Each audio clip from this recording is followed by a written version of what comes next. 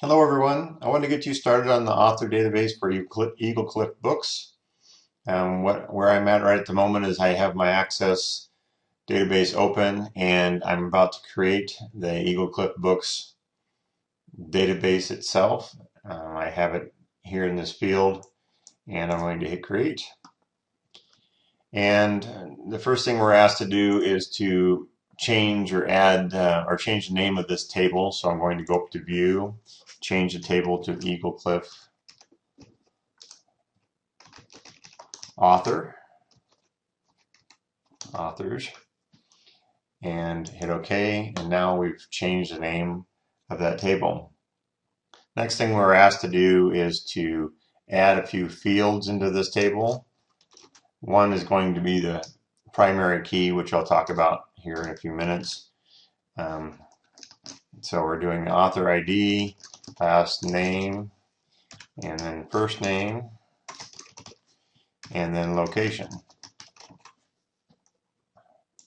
Once we have those finished, we're going to close this table. We're going to hit yes to confirm that we're wanting to save it. We're going to go up to create, the create tab at the top. And the next thing we're going to do is select table from the tables group and create a new table. We're going to hit the view button and change that name to the Eaglecliff Books.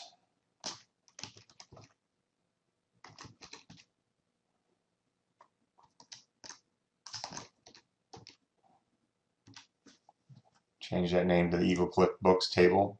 And then we're going to add a few fields to this particular table.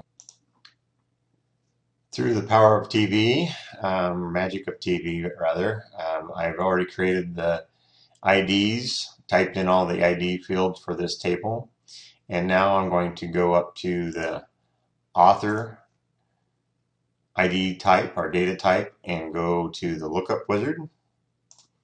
And this is giving me a couple options. The one I'm wanting is at the top. I want the lookup field to get the values from another table or query.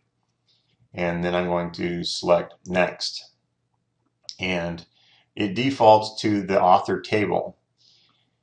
But you can also see that if there were more tables here, you could certainly select that or select some of those tables. And then you select next. And you're presented with all of the fields that were in the author's table. If you did not save and close the author's table when you first created it, you would not get these fields because it is already open and being accessed. You actually need to save it and close it before you can get these fields to populate.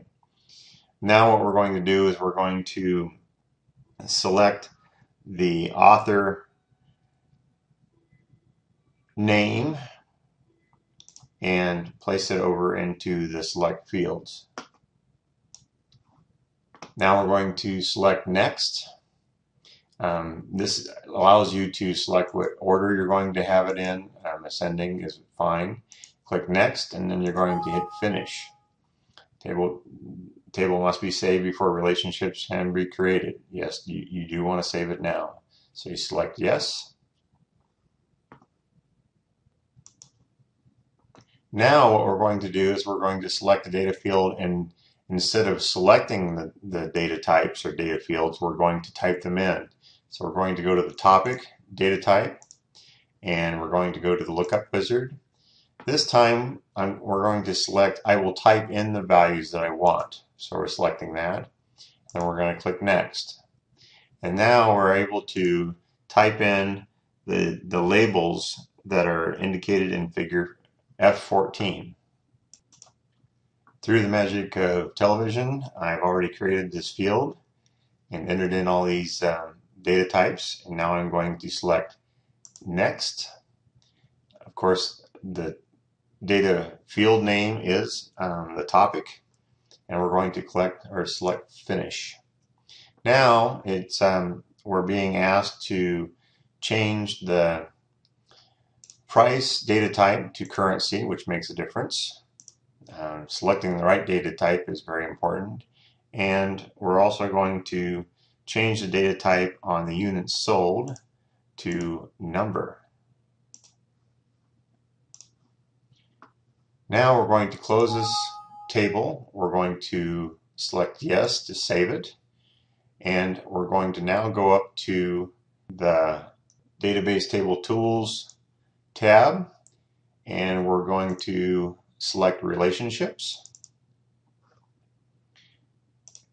And first thing we're going to do is you can see what we have right now is a relationship. This line represents a relationship between two tables where the author ID is connected to the author.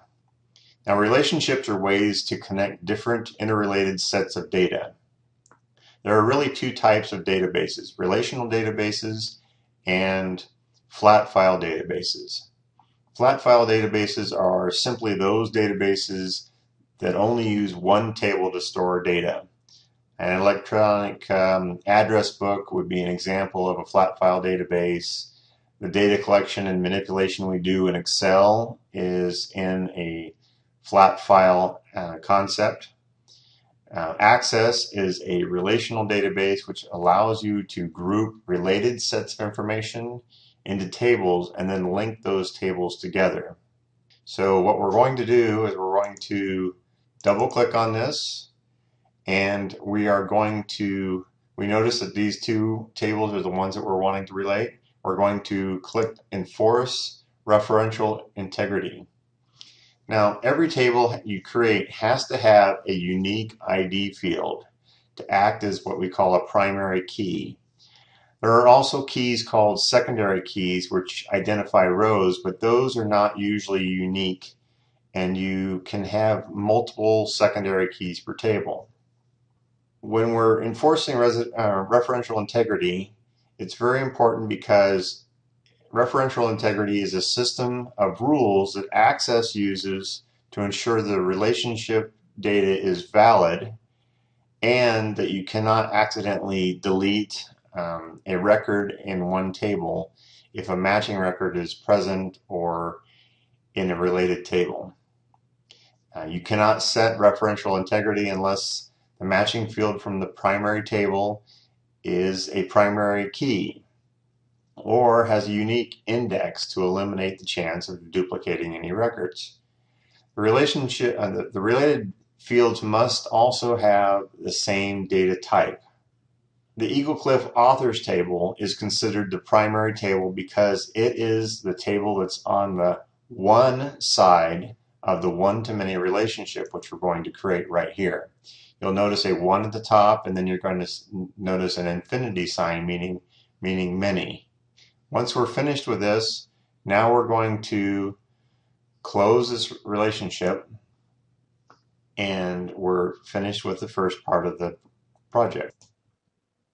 Through the magic of television, I have also created the query and the reports. I've also populated the authors table as shown for step 1 on page 136, and also populated the table for Eaglecliff Books as per step 2 on page 136. Next thing you'll be doing is creating the popular topics query, which should render 8 popular topics. And also you'll be creating, at the end, you'll be creating the report that looks like this. As always, if you have any questions, please feel free to email me, and I will try to answer your questions. Thank you.